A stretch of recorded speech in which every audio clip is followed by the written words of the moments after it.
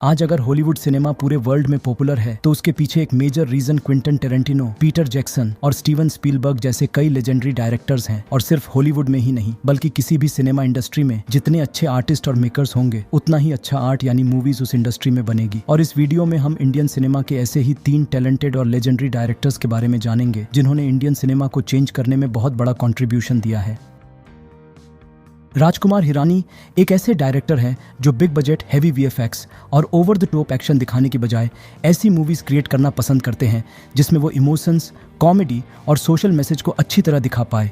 हर director का movie को direct करने का अपना अपना अलग स्टाइल होता है। वैसे ही राजू हिरानी का स्टाइल है कि वो मूवी में सिंपल सी स्टोरी को भी इंगेजिंग तरीके से प्रेजेंट करते हैं। जैसे अगर हम राजू हिरानी की फिल्मोग्राफी पर नज़र डालें तो उनकी मूवीज़ की स्टोरीज ऐसी नहीं होती जिसमें कोई बड़ा इवेंट हो रहा हो, लेकिन उनकी मूवीज़ की स्टोरीज सिंपल सी होती है जिससे हम उस स्टोरी से ज़्यादा रिलेट भी कर पाते हैं। और उस सिंपल सी स्टोरी को जिस तरीके से वो प्रेजेंट करते हैं, जिस तरीके से उसमें कॉमेडी, ड्रामा और इमोशंस को डालते हैं, वही राजू हिरानी को बाकी मेकर्स से स्पेशल बनाता है।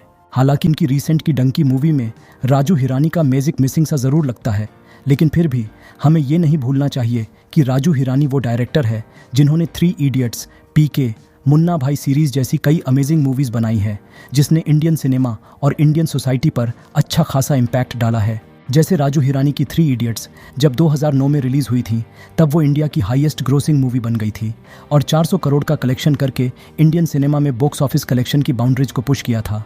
और 3 इडियट्स में रेट रेस की जगह पेस एंड फॉलो करने का जो मैसेज दिया गया है उससे भी कई यंगस्टर और उनके पेरेंट्स के ऊपर अच्छा खासा इम्पैक्ट डाला है। और राजू हिरानी ने 3 इडियट्स में एजुकेशन सिस्टम के ऊपर जो क्वेश्चन उठाए थे वो आज भी बहुत इंपॉर्टेंट और रेलिवेंट है, क्योंकि आज के समय में भी एजुकेटेड अनएम्प्लॉयमेंट इंडिया की मेजर प्रॉब्लम बन चुका है, जिसका सोल्यूशन राजू हिरानी ने 2009 में ही 3 इडियट्स में दिखा दिया था।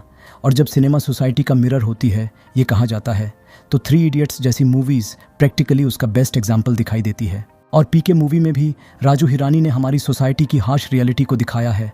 और जब लोग ये देखते हैं कि मूवीज़ से सोसाइटी में अच्छे चेंजेस आ रहे हैं और उससे उनकी लाइफ भी इम्प्रूव हो रही है, तब लोगों में सिनेमा के लिए रिस्पेक्ट और बढ़ जाती है।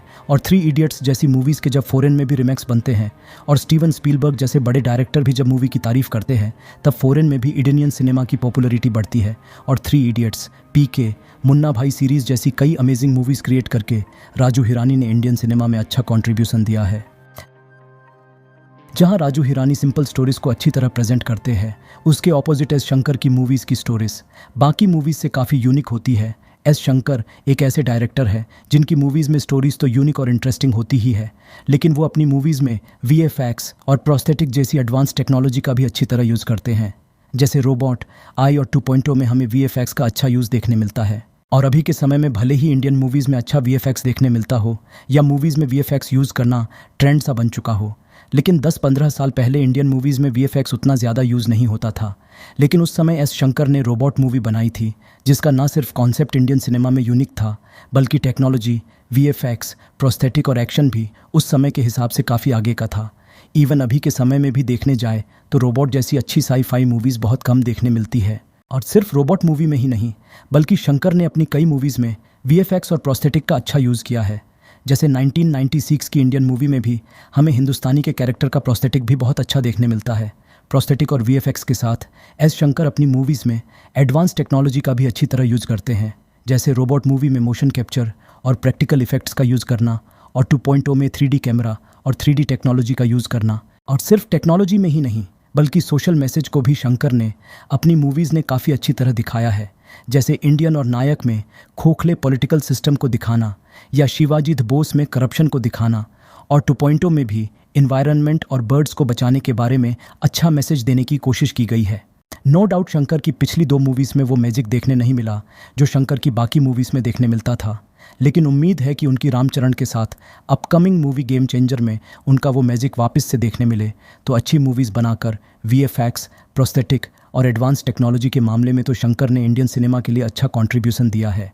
लेकिन उसके साथ ही एटली जैसे डायरेक्टर को असिस्टेंट डायरेक्टर के तौर पर रखकर उनको भी ट्रेन किया है, जिससे आज हमें इंडियन सिनेमा में जवान जैसी अच्छी मूवीज़ देखने मिल रही है। एस राजामौली ने इंडियन सिनेमा के लिए बहुत बड़ा कंट्रीब्यूशन दिया है।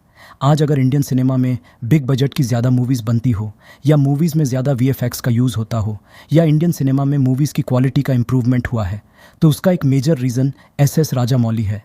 राजमौली ने बाहुबली मूवी से न सिर्फ इंडियन सिनेमा के बॉक्स ऑफिस कलेक्शन की बाउंड्रीज़ को बढ़ाया है, बल्कि RRR से फॉरेन में भी इंडियन सिनेमा की पॉपुलैरिटी को बढ़ाया है। और राजामौली ने इंडियन सिनेमा के लिए कितना ज़्यादा कंट्रीब्यूशन दिया है उसके ऊपर तो एक पूरा वीडियो बन सकता है। लेकिन इन शॉर्ट इंडियन सिनेमा को चेंज करने में राजामौली का बहुत बड़ा कंट्रीब्यूशन है।